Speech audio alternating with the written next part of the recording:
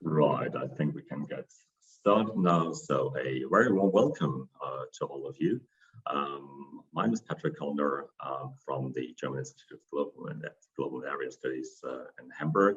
And I have the pleasure of co-moderating this webinar together with Marianne Duaz, who joins us from the Institute for Strategic Study at the Military School in Paris. So this is the 11th webinar in our Franco-German Observatory of the Indo-Pacific series, which started exactly, I believe, a year ago. So we've had webinars, perspectives on the Indo-Pacific from India, Australia, Japan, the United States, Indonesia, which had a webinar on Chinese perspectives and Vietnamese perspectives. Also one on the European strategy for cooperation in the Indo-Pacific. And this year we will also be presenting a number of webinars on transversal topics. So one of our recent webinars was on naval buildup in the Indo-Pacific. I'm really excited about this webinar today, in which we'll learn about perspectives from the Pacific Island countries. Of course, Pacific Island countries have their own vision and a strategic narrative when it comes to the region. That's the Blue Pacific vision and strategic narrative. It is quite different from the narrative of the Indo-Pacific as a geostrategic space. I don't know whether it's a countervailing narrative, but a very different one. And I'm really excited to that we will be able to talk about this. I'm also very excited because we have a brilliant speaker on the subject. Professor Stephen Ratuva has joined us from the University of Canterbury in Christchurch, New Zealand. I'm very, very grateful to you, Steve, for making yourself available at this late time in the evening in New Zealand. So just before I hand over to Marianne for introducing our speaker today, just some logistical announcements. Of course, you, the audience, will have the opportunity to pose questions to our speaker. You can do so by using the Q&A function. Please don't use the chat function. That is sort of just used for internal communications here. But you can sort of use the Q&A function to sort of pose questions to Stephen Ratuva. Then we have plenty of time later on in the webinar to address these questions. So without further ado then, over to you, Marianne. Thank you so much, Patrick. I'm very, very glad and very honored to introduce Professor Ratuva and say a few words about his very prestigious bio. So, Professor Ratuva, you are one of the very few distinguished professors in New Zealand. You are an award-winning interdisciplinary Fijian scholar with global expertise in international relations, political science, sociology, development studies, and also politics of climate emergency, among many other knowledge. Professor Ratuva was Fulbright Senior Fellow at the University of California, Duke University and Georgetown University. Professor Stephen Ratuva was the winner of the 2020 Mage Medal, New Zealand's highest award in social science research excellence. He was director of the Macmillan Brown Centre for Pacific Studies at the University of Canterbury, former chair of the International Political Science Association, and you have played advisory and consultancy role for a number of international organizations such as UNDP, ILO, the British Council, International Institute for Democracy and Electoral Assistance, and the Pacific Island Forum. So I will stop there and let you the floor, Professor Ratuva. Well, thank you so much, Marianne. It's after 8 o'clock here in the evening in New Zealand. I just had my dinner. I went to the gym, had my dinner. So I was feeling a bit sleepy. Then I realized, oh, I better stay awake and have a good discussion tonight with, or in your case, in the morning, with our colleagues from Europe, Germany, France, and other parts of Europe, and certain maybe other parts of the world as well. So I've been asked to speak for 25 minutes, which by academic standard is pretty short. Professors tend to go on talking forever, mostly half about nothing. But anyway, I'll try to be as brief as I can. I only have about 1, 2, 3, 4 slides, and all of them are maps. I don't want to share notes with a PowerPoint. I don't like reading notes as well, because it takes away the flavor of discussion, the flavor of exuberance. And I think it's important that we should make this as conversational, as participatory as possible. So the topic I've been asked to talk on is on the Indo-Pacific Alliance as a new regional hegemon and the implications for the Blue Pacific strategy. As already said mentioned by Pat, you have 2 sets of alliances here. On one hand, you have the Blue Pacific, which is quite different from the Indo-Pacific. And the Indo-Pacific, the concept of Indo-Pacific goes back in terms of its spirit, in terms of its dynamics, well before the last 10 years. And that's where I'll probably start. I'll start from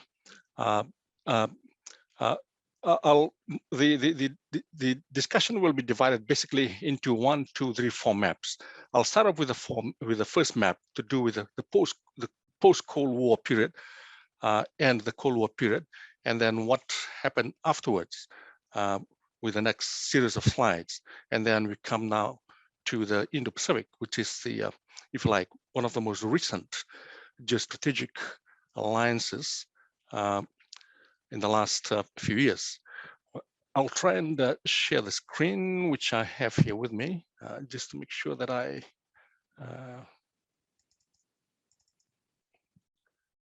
wonder if I can see that. Yep. Yes, we can see your that? screen, yeah, okay. Thanks very much. Yeah. Very well. It's very difficult to know whether you can see what I can see or not. Okay, anyway, I've made the, just for the purpose of the PowerPoint presentation, I made the topic shorter because the original one is very, very long, but it doesn't change the meaning whatsoever. And so the interface between the Indo-Pacific and Blue Pacific, although they're different in terms of the philosophical and strategic direction and the historical, if you like, rationale, but at some point they interface with each other, they connect with each other, largely because the members of the 2 sets of Indo-Pacific, I'll talk about that later, the Quad and the AUKUS, are also members of the Pacific Island Forum,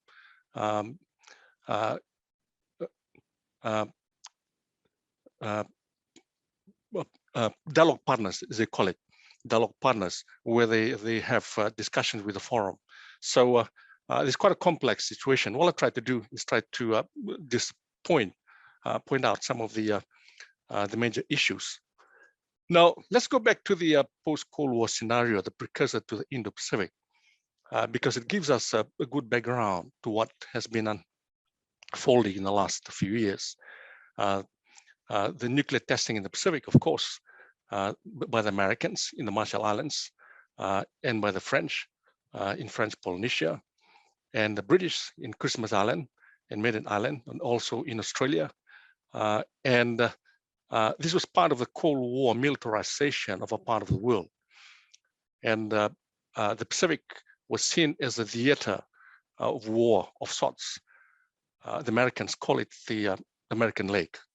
If you can see let's try and play around with my mouse here. Vladivostok up here was the seaport for the Soviet Union, and the Americans had their military bases all around, from Japan to the Philippines down here, and Guam, which is you can't see it, is very small, and Hawaii over here, and American Samoa over here. So the entire Pacific was actually littered, and of course Australia and New Zealand, they didn't actually have military bases as such, but they were part of the American military alliance, the ANZUS Treaty. You may have heard it, and the ANZUS Treaty was supposed to keep the Pacific free of the Soviet Union during the time of the Cold War. and New Zealand and Australia had communication bases which were linked to the American military empire in that part of the world. So at the time of the end of the Cold War, things began to change dramatically. And we look at some of those changes. I'll try to jump here because I only have 25 minutes. And then if there are gaps, I'll be happy to take questions from there. Now, the Pacific, certainly after 9/11, began to change dramatically in terms of the geopolitical dynamics and the kind of geopolitical narratives which were articulated in response to the changing circumstances. Let's look at the countries one by one and see where they stand in this. Now, the United States, of course, the US Pacific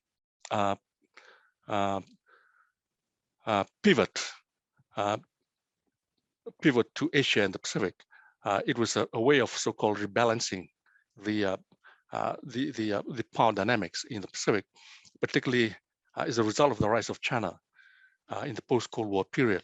And the United States was involved in a number of things. One was to beef up its military presence and diplomatic presence and political presence in the Asian region.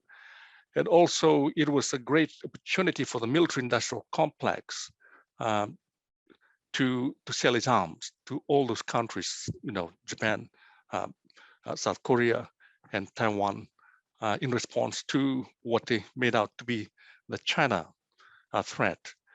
And so the pivot was really a way in which the United States tried to return to the Pacific in various ways, Asia Pacific in various ways.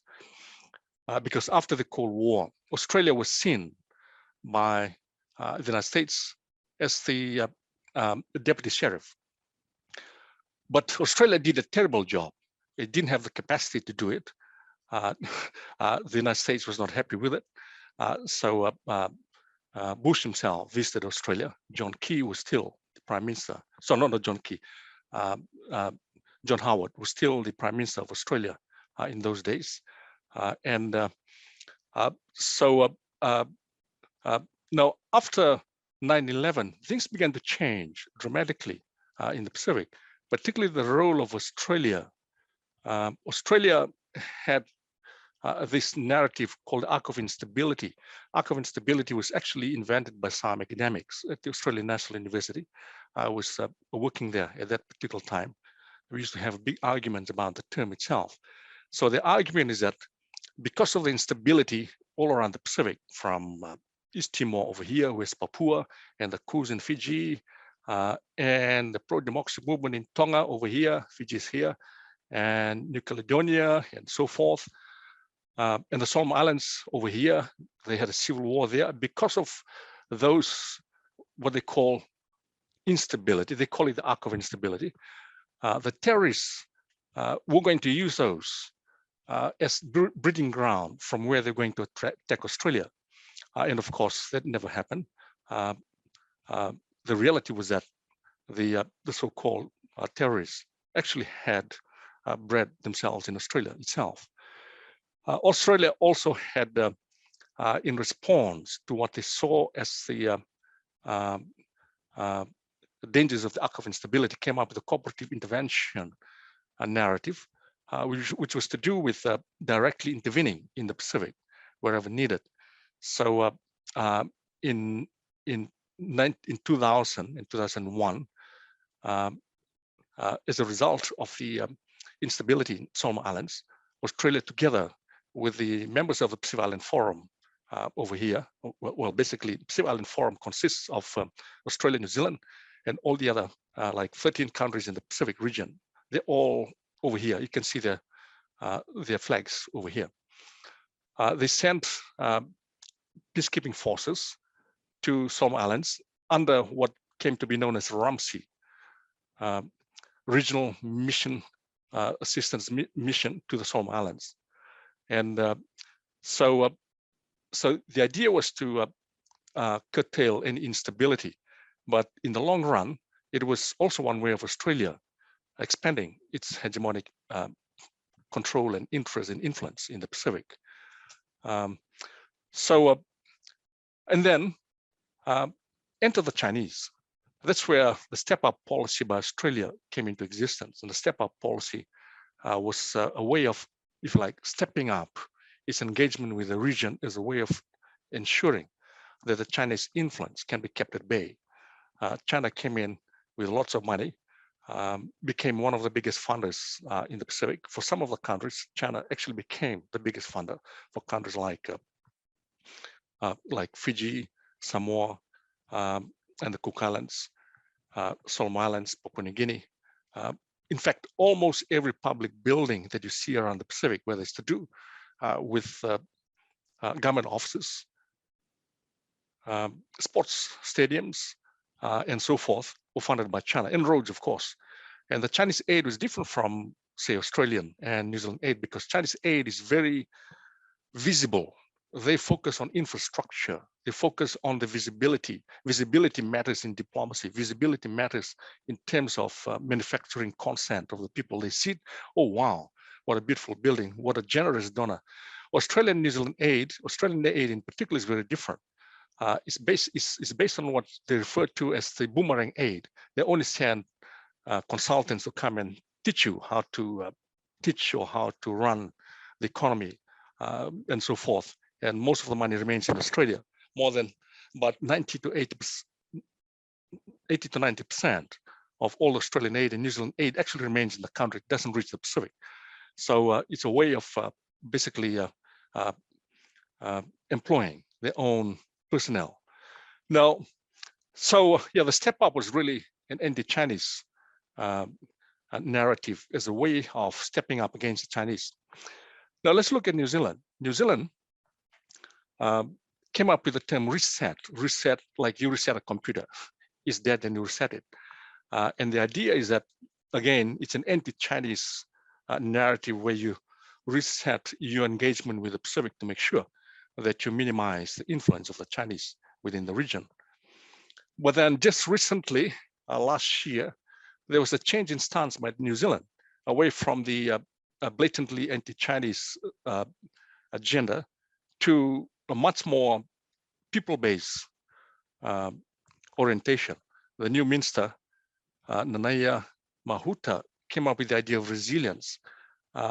So she wanted to connect with the Pacific people as a people-to-people kind of engagement rather than state-to-state based on very impersonal, very mechanical, and very legal and political dynamics. And then the argument is that one of the reasons why the Chinese have been very, very successful in entrenching themselves in the Pacific was to do with their approach. And so the change in approach, hopefully, might do that. So that is where the resilience idea came in. And of course, resilience also has to do with the climate. So New Zealand has promised something like $1.6 billion for climate-based activities, projects, and research in the Pacific. I'm actually leading one of those big projects in collaboration with the University of South Pacific in Fiji. Now, the step up and the reset were also a result of the way in which the internal dynamics within the region was played out. Fiji in particular, which has been seen as the naughty child of the Pacific. Every now and then they have military coups. The first coup was in '87, and then in 2000 again, and then 2006. So in 2009, so all the time when they have coups, Fiji gets suspended and then get reinstated away from the forum, and also from the Commonwealth. So after 2006 coup, Fiji was suspended because Australia and New Zealand have been pushing for Fiji's suspension. So Fiji got angry and said, okay, you suspend me, I will make sure that I make life difficult for you. So then it set up an alternative Pacific Island Forum called the Pacific Island Development Forum. And then it began to frame the look north policy. In other words, instead of looking to Australia and New Zealand south, it started looking north to China. And the Chinese were very happy, of course, to have a friend in the Pacific. The military commanders in China came to Fiji, the vice president, even in fact the president and top government officials and aid increased. And that, of course, caused a lot of anxiety in Australia and New Zealand. At the same time, Fiji has been pushing for Australia and New Zealand to be kicked out of the forum because they are not, according to Fiji, they're not Pacific. They are funders, they're aid donors, and therefore they have no right to be amongst the small island states in the Pacific. Now, so that began to change the dynamics where Australia and New Zealand began, okay, instead of punishing Fiji, let's engage with the country because Fiji's the hub of the Pacific. It controls the communication dynamics in the Pacific. It's the most developed economy. And also it's strategically located. Fiji was also playing its game in the global scene. It became chair of the General Assembly and also chair of the G77, which includes China, and was using those as a way of leveraging the anti-New Zealand, anti-Australia politics. Now, and of course, afterwards, both Australia and New Zealand worked very, very hard behind the scene to get Fiji back into the fold. And now Fiji has stopped talking about the suspension or the expulsion of Australia and New Zealand from the forum, because they know that if they leave the forum, then that's it. Their influence in the Pacific will disappear virtually overnight. So one of the reasons why at all costs they want to maintain their positions as members of the Pacific Island Forum. Now let's look at the UK. The UK left the Pacific in a hurry. It was the member of the SPC, the South Pacific Commission. Now it's called the Secretariat of the Pacific Community, which was set up by the former colonial powers in the Pacific, Netherlands, the United States, Britain, Australia, New Zealand, and of course consisting also of the territories in the Pacific. Now, after all this is where the difference between the UK and France comes in. UK, its colonialism was very different. It wants to get rid of its colonies quickly and then move on.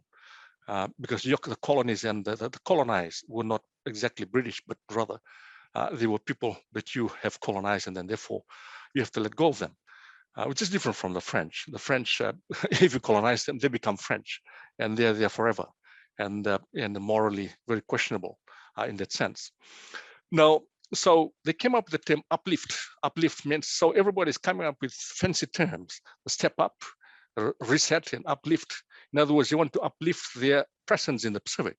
So first they started re-engaging with the Pacific. When they left the Pacific, they were going to set up an embassy in Samoa, an embassy in Vanuatu, because they left, because during the colonial days, Fiji was actually the center of British colonialism. It was from Fiji that the other colonies were being administered from Fiji.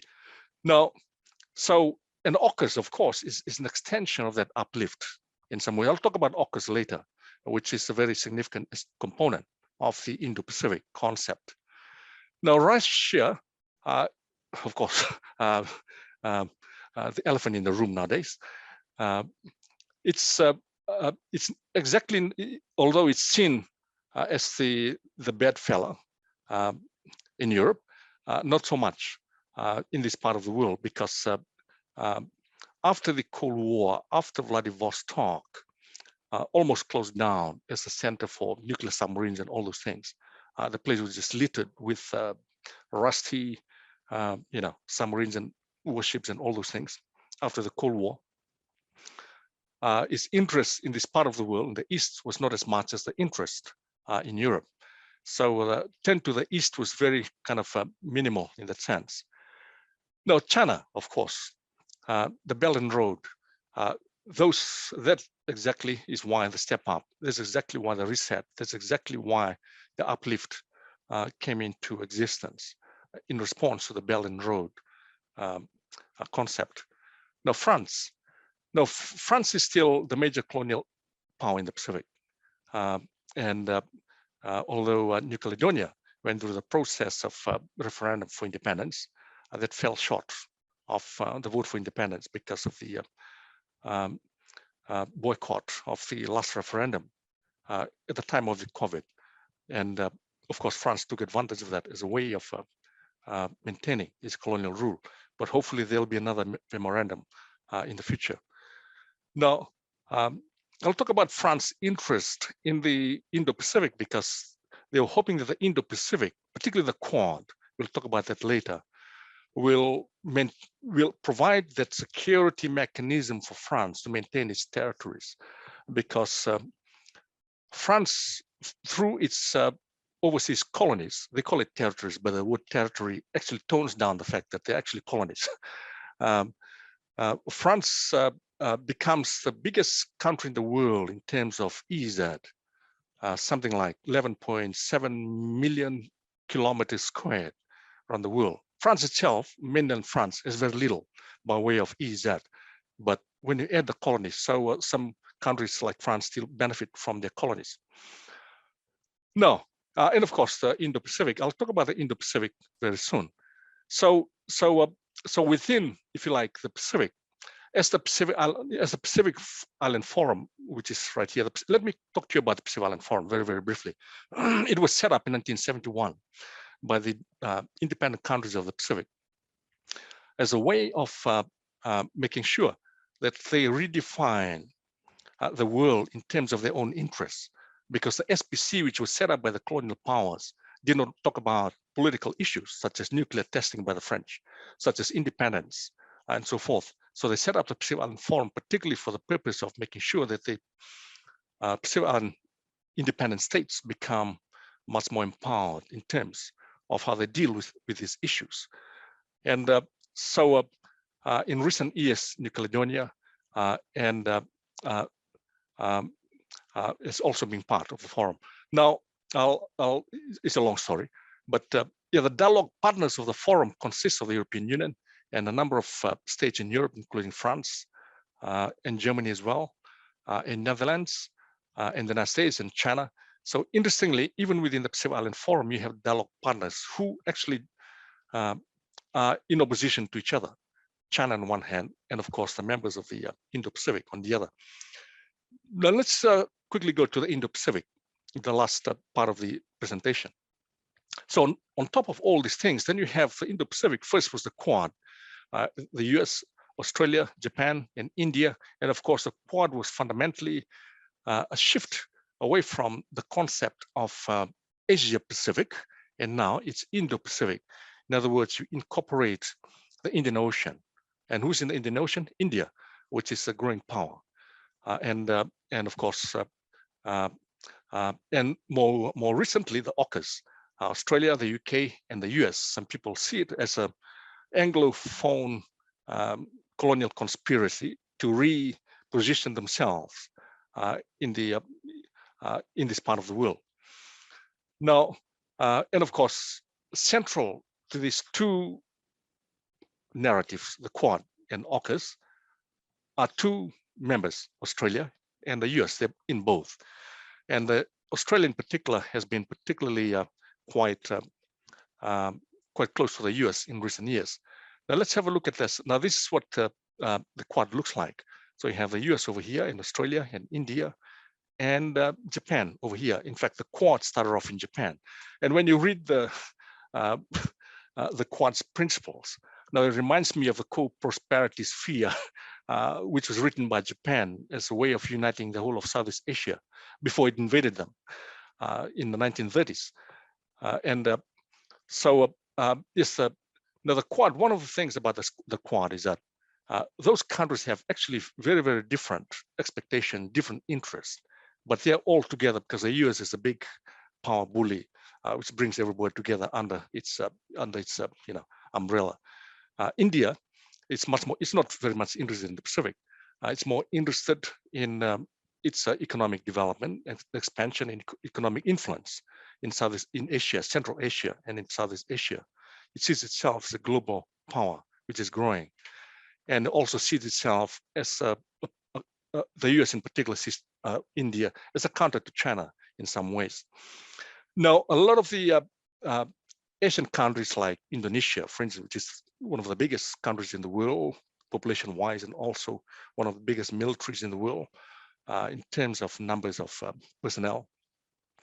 They are kind of tiptoeing and say, hang on, we're not sure whether we want to join the Quad because we don't want to make China angry, because China has investment everywhere in Asia, in Vietnam, in Indonesia, in Malaysia, virtually everywhere. And of course now, we have the Belt and Road map over here. And it's such a strange map, because Belt and Road here, and this Quad here was supposed to counter that, but the position, I suppose the visual optics of it looks very awkward. But anyway, and then of course Japan's interest is very different. Japan is more interested in terms of its own security, because you have North Korea on the other side and China on the other side, and hopefully the Quad will, will protect itself. And the US has as we know, has a much bigger strategic, global, hegemonic strategic interest. And anything which sustains, which magnifies its global interest, that's great. And the Quad does that for it. And Australia wants to see itself as a growing military power to counter China in this part of the world. It has been militarizing. And AUKUS, of course, through AUKUS, it's supposed to be building its submarines. And poor France. It had a deal with France for the building of the submarines, and as a result of AUKUS, the Anglophone agreement, that has kind of lapsed. And France, of course, was very angry with that. And my French colleagues who are listening will tell us more about that. So, Steve, sorry for sort of interfering here. Can I ask you to move to your conclusions so that we can also engage the audience? Thank you. I'll jump very, very quickly now. Thanks very much for keeping me under control. The last slide is basically a comparison between the Blue Pacific and Indo-Pacific. So the Blue Pacific, which has been around as a concept for a number of years now, has to do with the large ocean states. So the idea is to have a peaceful ocean with prosperity, sustainability. It's anti-colonial, it's supposed to be inclusive. It's supposed to be based on local ownership by the states themselves. But it sits uncomfortably with the Indo-Pacific. On the other hand, the Indo-Pacific is much more strategic, much more militaristic, involves foreign powers, supposed to be hegemonic because of its expansionist and global concerns, and is seen particularly in the Pacific as being imperialistic and colonial. And also, interestingly, although it uses the word Pacific, but it has nothing to do with the Pacific. It only has something to do with the US, Australia, and India, or the Anglo powers. And of course, you notice that New Zealand has been left out of all these things. And the reason is that New Zealand's foreign policy is always being very independent. And the US, after New Zealand declared itself nuclear free in 1985, the US was very, very unhappy with that. So a lot of that unhappiness is still around. So, so it's a long story. I won't go there. So you have these two different narratives engaging with each other, and they're very they are opposed in terms of their principles. But yet, at some point, because Australia is part of the Blue Pacific, it's also part of the Indo-Pacific. That seems to be the link between the two. And of course, a lot of countries in the Pacific are not happy with Australia fundamentally because its climate position. So I'll probably stop there. I can go on talking forever, just describing these maps, but I'm sure Patrick doesn't like me to do that, and he's already warned me. So I'll stop there. If you have any questions, I'll be happy to respond to those questions. Thank you very much. Thank you very much, Steve, indeed, for this great tour d'horizon, touching upon so many issues that are sort of relevance and importance to the Pacific. Now, let me remind our audience that they can sort of pose questions to the speaker, and Marianne and I will then relay them to Steve. So maybe just to kick off things, one or two questions. I mean, sort of lest I forget, of course, there's the question of what would Pacific Island countries expect of the European Union's engagement in the region. I mean, this is the Franco-German Observatory of the Indo-Pacific. Of course, we're very interested in learning about sort of the expectations that regional actors here in the South Pacific and beyond sort of have of the European Union. So what can the European Union do? What sort of role can it play when it comes to cooperation with the Pacific? Well, thanks very much for the question. Yeah, the European Union has been operating in the Pacific for a number of years in different countries. And European Union is seen as, because it's not, say, unlike the way the United States is seen, with a particular, if you like, global strategic interest. The European Union is seen purely as people with money coming and to do development. So European Union has been largely focused on development work and also governance and other issues. And recently, climate has been a big issue with the European Union. European Union is also part of the Pacific Island Forum dialogue partners, where they have multilateral discussions with members of the forum and sometimes with individual countries. And they operate in almost every country in the Pacific. But one of the criticisms of the European Union is the fact that it's perceived to be very bureaucratic. The process is very, very cumbersome. As well as there's a bit of, it's been criticized for having this bit of a kind of colonial attitude as well. Like, for instance, if you apply for money, say civil society organizations or universities, the idea is that you can only get the money if there's a European partner who will take the money and use you as a kind of a partner. So, in a lot of universities, including mine, those in the Pacific, and a lot of civil society organizations, see that as a kind of an extension of the colonial past. Yeah, the lack of trust and the lack of almost like saying, look, we won't give you the money. We'll just give it to one of our trusted European partners to do everything. And of course, the process of going through the funding process takes forever.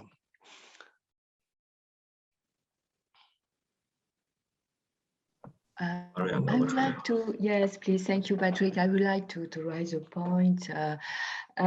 You spoke, Professor Ratuva, of governance, and I would like to add maritime governance, because while looking at a map, as you showed to us, there is a lot of blue, and you spoke about a blue diplomacy, and I think that securization, the control, the protection, I don't want to use a military vocabulary, the protection of the maritime resources and the very vast EEZ of all of the island states in the Pacific are something very important.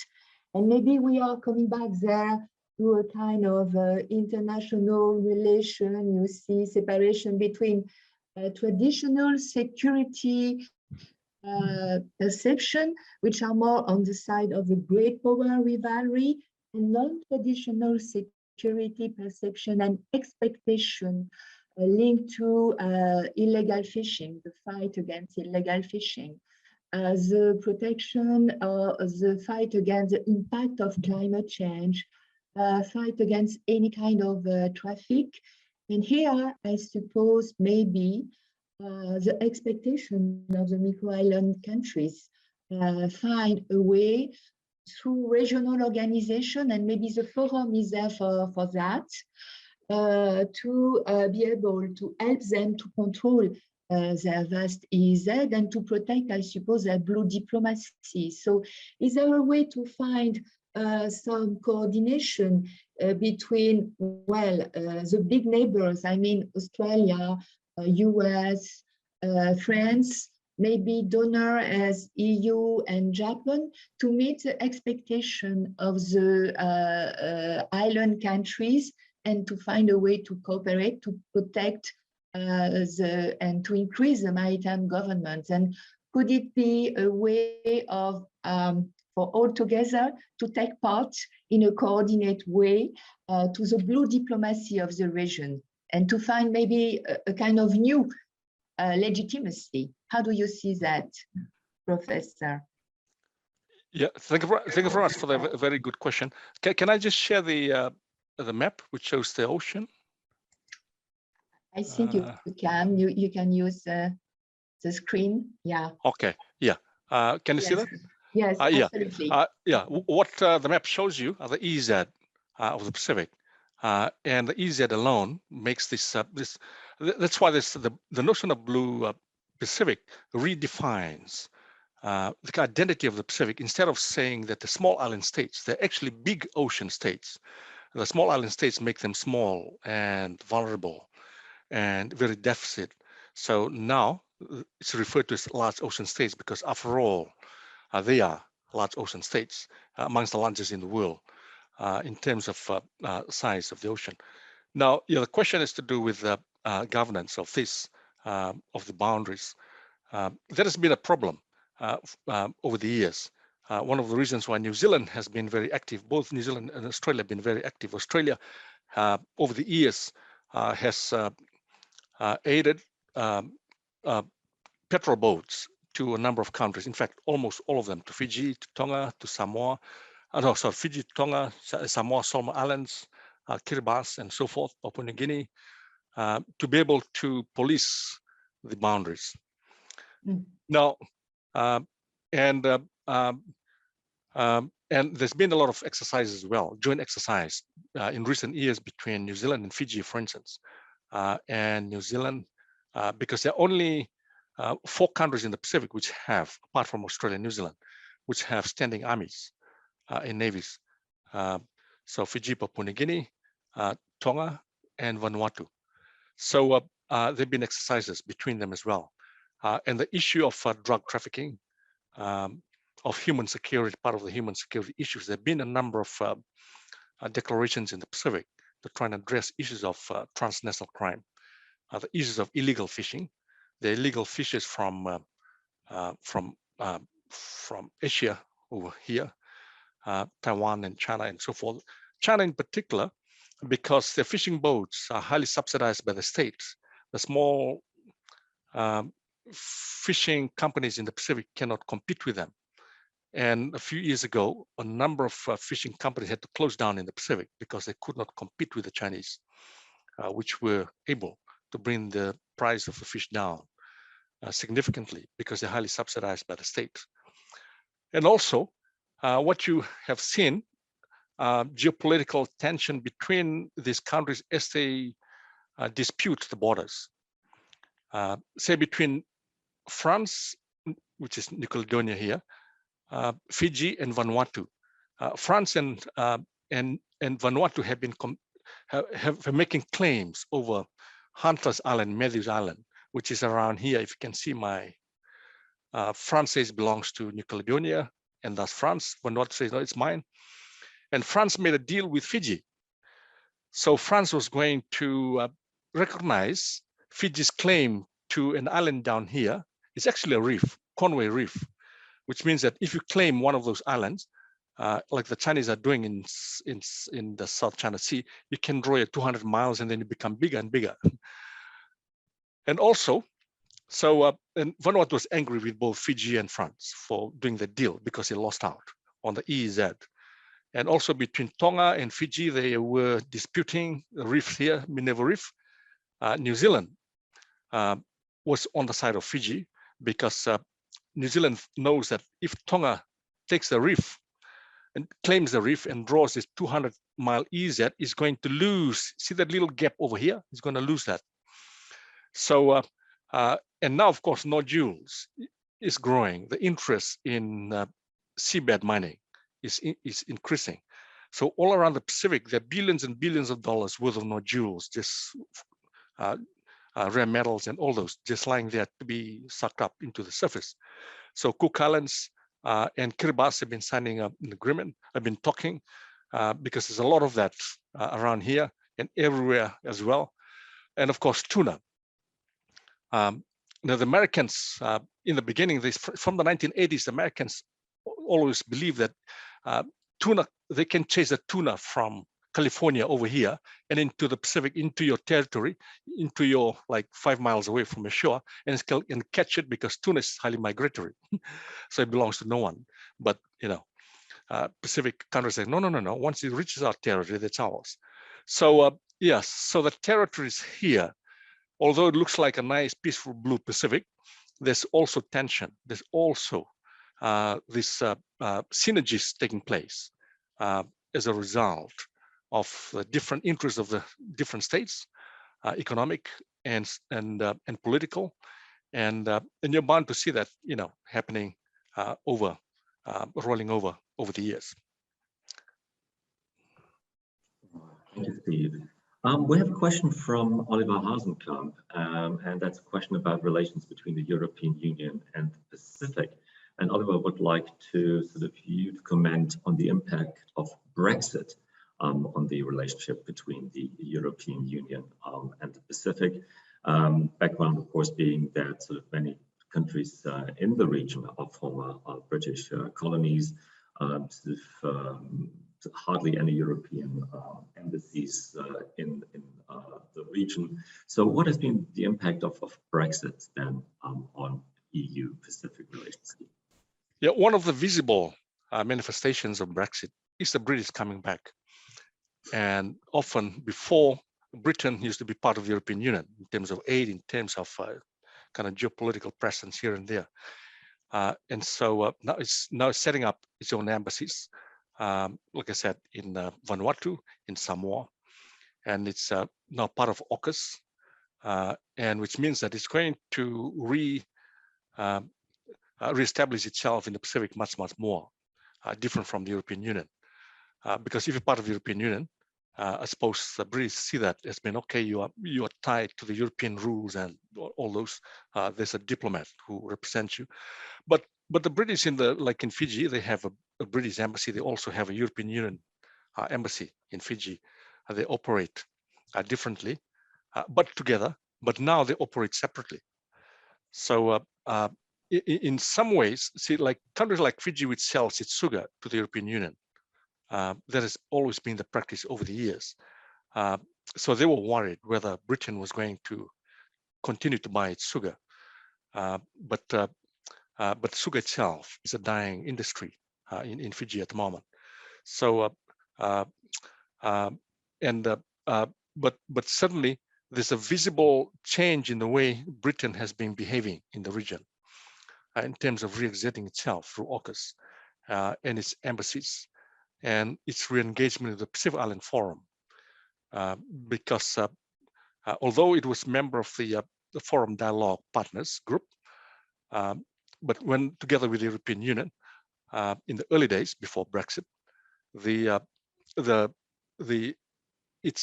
was not able to fully commit itself because the European Union does half the job for them, and now they become an independent entity within the Forum Dialogue. And the fact that Britain was the biggest colonial power in the Pacific also matters here. What it's doing now is basically recreating its history and see how the colonial past can give itself the status that it thinks it deserves now. And the AUKUS has been seen as a part of, one of the presentations I gave to some of the ambassadors. Was it last week or the week before? The AUKUS with Australia, UK, and the United States is almost like it's the re-emergence of the British Empire. They say that the British Empire never sets, and then the sun never sets in the British Empire, but it looks like they're trying to look around, see where the sun is so that they can refloat it. But yeah, so those are some of the changes taking place in terms of the post-Brexit. And from the point of view, I was talking to one of the leaders in the Pacific. He said, oh, maybe, okay, a lot of the British, they don't like, the Europeans don't like Brexit, but for us in the Pacific, now we have two sources of funding. Before it would just, so we can, one of the things which the Pacific Island states have been doing was to play funders against the other. They're not just passive, exploitable entities floating around in the Pacific, but they too, they have agency to be able to engage to be able to get the best deal in terms of who they deal with. They deal with the Chinese, they deal with Australians, they deal with the Kiwis. Australia's been telling them, don't deal with the Chinese. They say, no, hang on, you go to hell, we'll deal with them. They give us money, you give us money. So whatever is good for our development. We don't want to be part of any ideological bloc. Otherwise, that's where we will become, if you like, a colony of that little bloc. You need a bit of independence.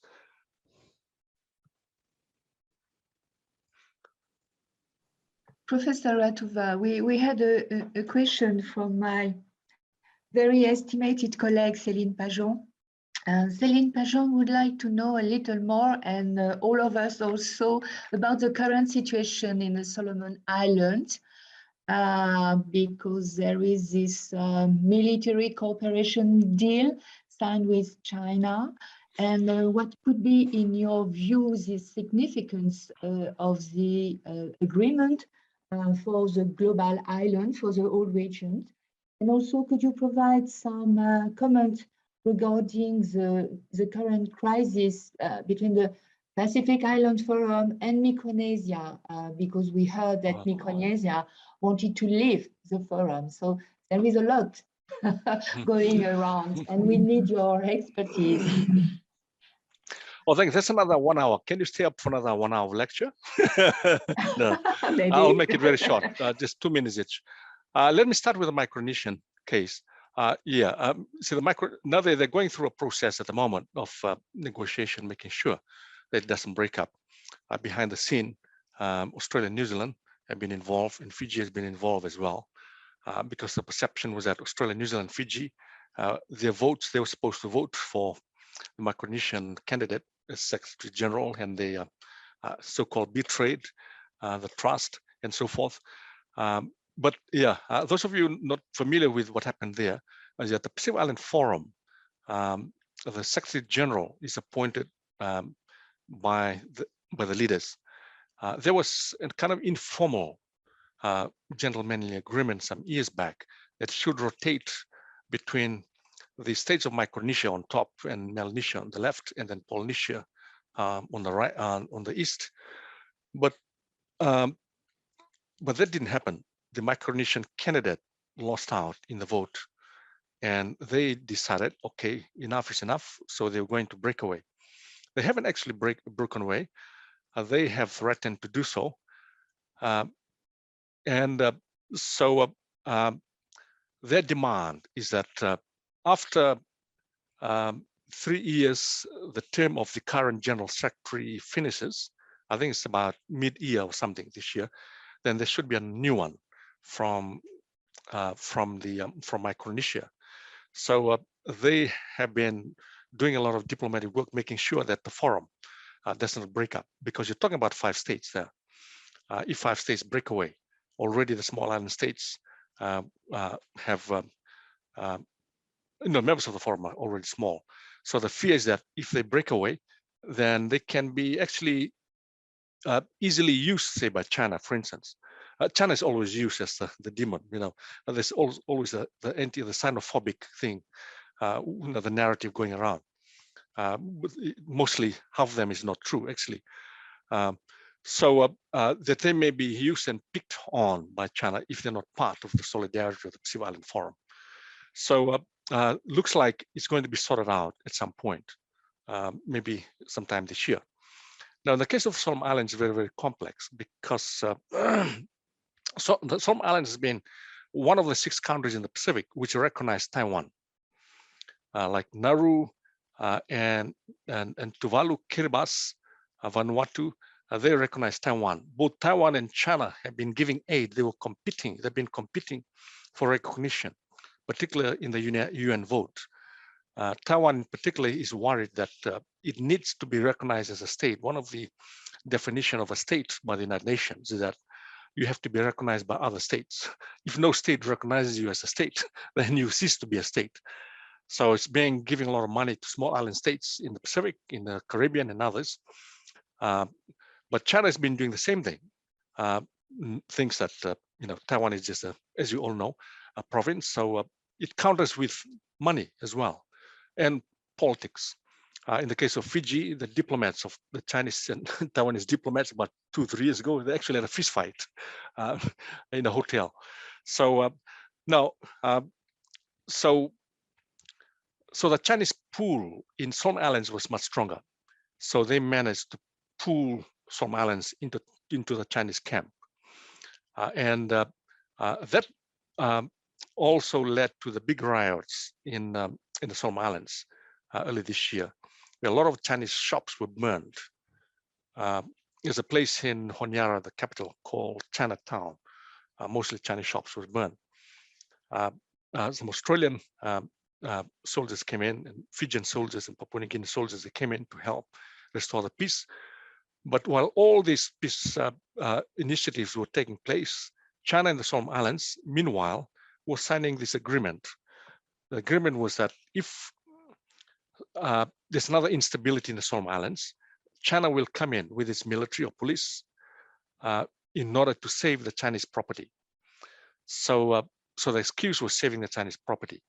So just the idea of the Chinese troops being given the green light to intervene in the Pacific Island states through a formal agreement. Of course, Solomon Islands is a sovereign state. It's up to its leaders what he wants to do, but the implications in terms of the regional stability has been sending ripples all around. Australia is very unhappy. The United States is very unhappy. New Zealand is very unhappy as well. The Prime Minister of New Zealand just made a statement tonight. And and in the forum itself, there's a lot of anxiety, because if it happens once, it might happen in other places in the region, and the Chinese foothold in terms of its military presence can become institutionalized and formalized. That will change the regional dynamics. Just what the Indo-Pacific was trying its best to avoid can be happening at the time when the Indo-Pacific is trying to exert itself. So yeah, it has caused a bit of ripple effect within the region. We're going to see that happening more and more in terms of how island states will respond to that. Thank you very much indeed, Steve. So as we are moving into the last 5 minutes of our webinar, I know that there are 3 more questions sort of asked by the audience. So there is a question by Brigitte Vassor-Rousset, and she's asking about sort of the environmental diplomacy of major countries in the Pacific. So this is, I guess, about sort of, the interaction between sort of regional and global approaches when it comes to environmental diplomacy, which of course I presume deals then with both climate policy and policies to avert biodiversity loss. So that will be one question. There are 2 questions by Oliver Hasenkamp on Fiji. So one is about sort of Fiji's international ambitions, sort of within the UN, the non-aligned movement, and so on. In recent times, we haven't heard so much about these international ambitions. And Oliver asked whether that is due to the improved relations between Fiji on the one hand and Australia and New Zealand on the other hand. Oliver also has another question on Fiji, and that's about sort of the upcoming general election in Fiji. Now, Frank Bainimarama has been in power for quite some time. Of course, it's not totally unthinkable that there might be a change of government, maybe improbable, but not unthinkable. But what would be sort of the implications of a change of government on Fiji's relations with China and other players? So these are 3 questions. And maybe I just ask you, Steve, to pick and choose. Yeah, very, very briefly. In terms of I'll start with the election. The election is in July. Although it hasn't been formally announced, but it's most probably around July. And indications are that there'll be a change in the government, most probably a coalition government. And Bainimarama will have to become a opposition leader. That will change a lot in terms of the regional dynamics, because Bainimarama's footprints are everywhere.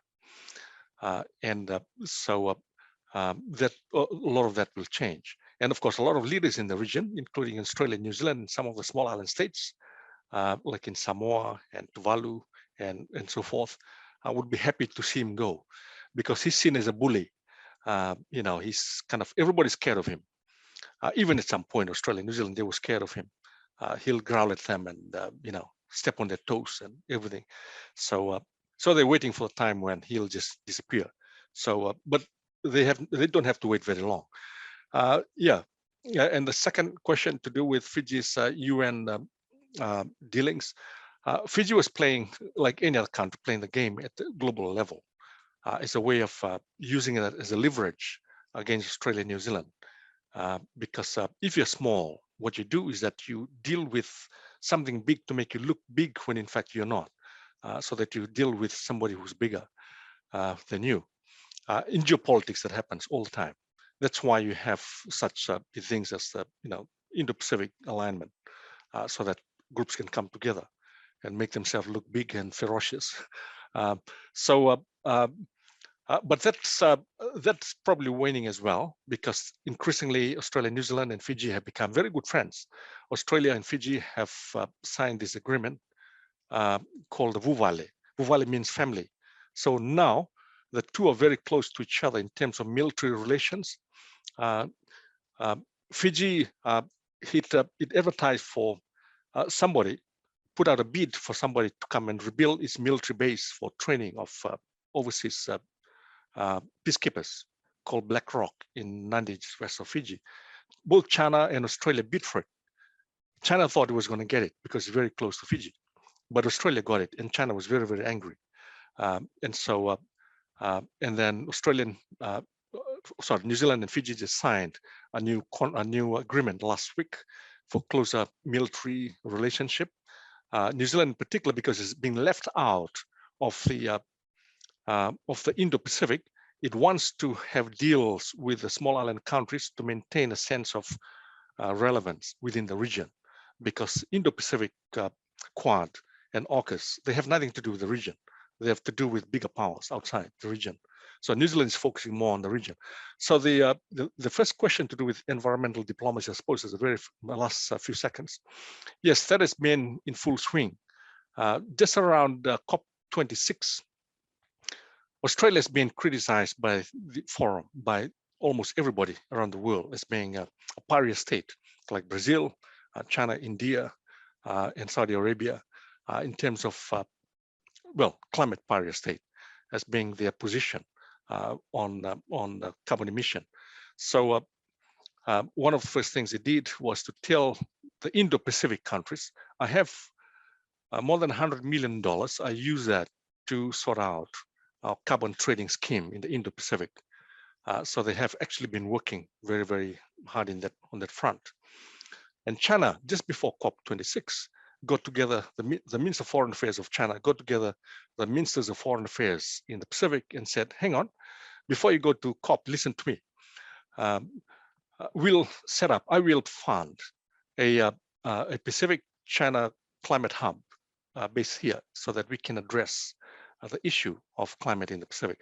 So climate has been used as a tool of diplomacy, as a tool of leveraging both China and Australia, of course, part of Indo-Pacific. So it's going to increase over time. And the pledge, New Zealand just pledged $1.6 billion. And we'll see how China will respond to that.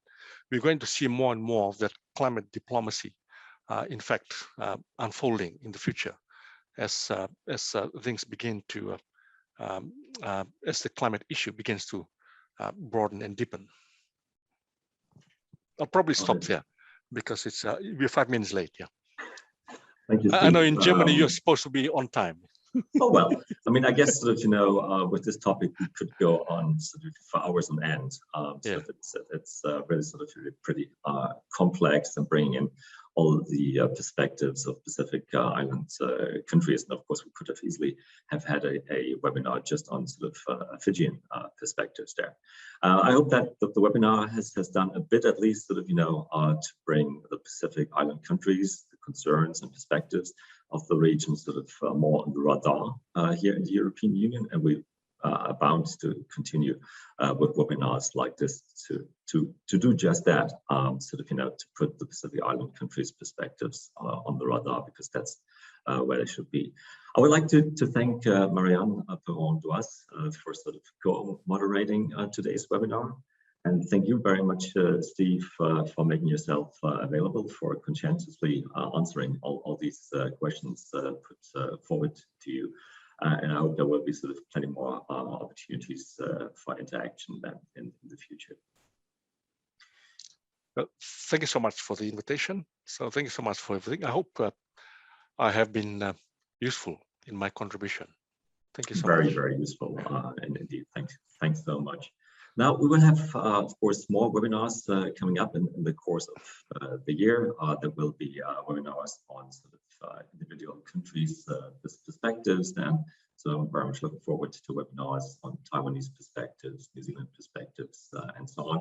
We'll also be talking about sort of transversal issues, connectivity issues coming in at some point. So please stay tuned. You will find information about sort of upcoming webinars on the website of our French partner, the Centre for International Research at Sciences Po, or the website of the GIGA. And of course, you will also find podcasts and videos of former webinars on the websites of these two institutes. So with that, I'd like to draw things to a close. Thanking you for your attention and participation. I wish you a good start into the week or a good evening if you're based in New Zealand and other parts of the Southern Hemisphere. So with that, goodbye. Thank you. Au revoir. Thank you very much. Yeah. Bye-bye.